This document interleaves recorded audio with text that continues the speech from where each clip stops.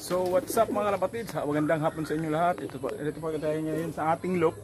At lahat ng inyong makikita at pakita ko sa inyo ay ating ibinibenta. Mag-PM ka agad sa atin dito sa ating page para mapag-usapan natin sa magandang presyo at makapag-loop visit kayo dito sa ating lugar.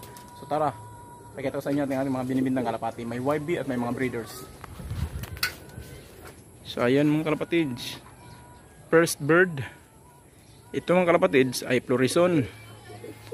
Naka-cross siya sa Butuan Clacker, yung red na yun.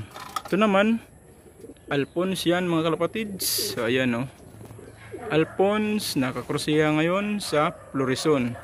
Yan ang una nating binibinta na breeder mga kalapatids. So ayan sila mga kalapatids.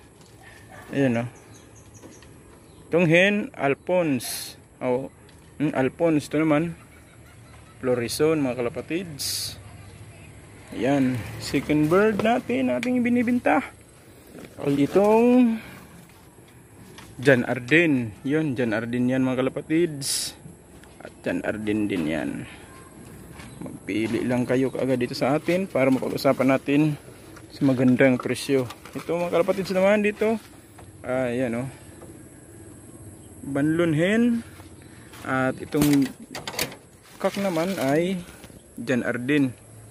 Ayan siya mga kalapatids. Ayan o, Jan Arden na kak and Banlon na hen. Magpili lang kayo kaagad dito sa ating loop. Naman mga kalapatids, ayan o, binibinta natin yan mga kalapatids. Ayan, batang bata. Ayun, binibinta natin yan.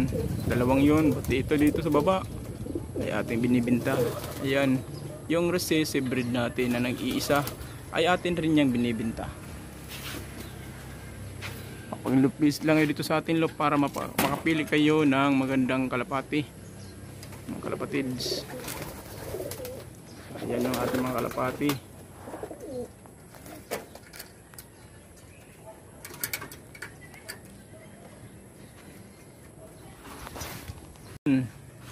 Email.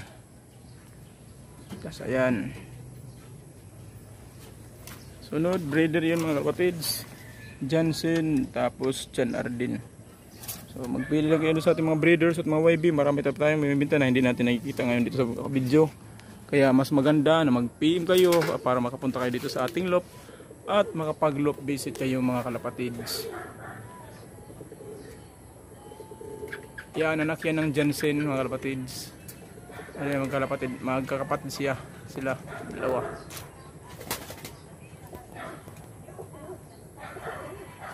Yung recessive sa taas. Ada busok hen, itong hen. Doon.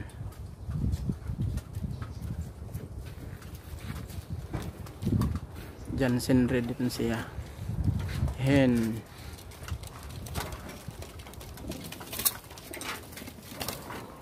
Magbugtong sa loyuliwat.